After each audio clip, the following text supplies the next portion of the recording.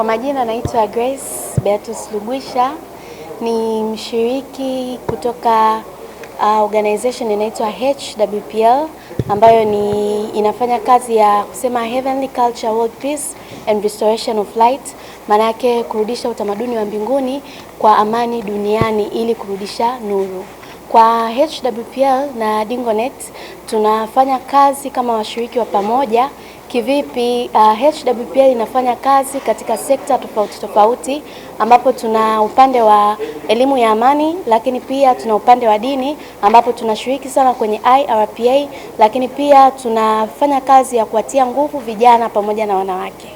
Kwa upande wa elimu ya amani tunafanya kazi ya kuelimisha watu, kwani pasipo kutoa elimu ya amani maana yake hata watu hawatopata uelewa au tutashindwa hata kuzuia yale maafa yanayotokea.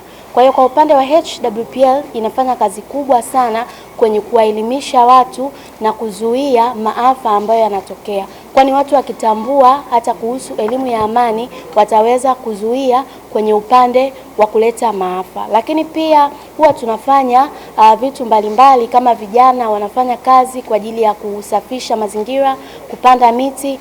Hii inasaidia hata vikitokea hivyo vitu viweze kuzuia kabla hata havijatokea hayo maafa.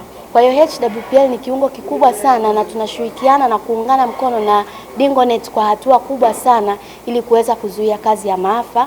Lakini pia tunafanya kazi kwa upande ambao nimeongelea IRPA wa dini kwa ajili ya kuwaongoza au kuwaelimisha viongozi wa dini pia kwenye upande wa amani ili kuweza kuwafikia watu mbalimbali hata wakiwa katika upande wa dini kupata ile elimu ya amani ili kuzuia maafa mbalimbali.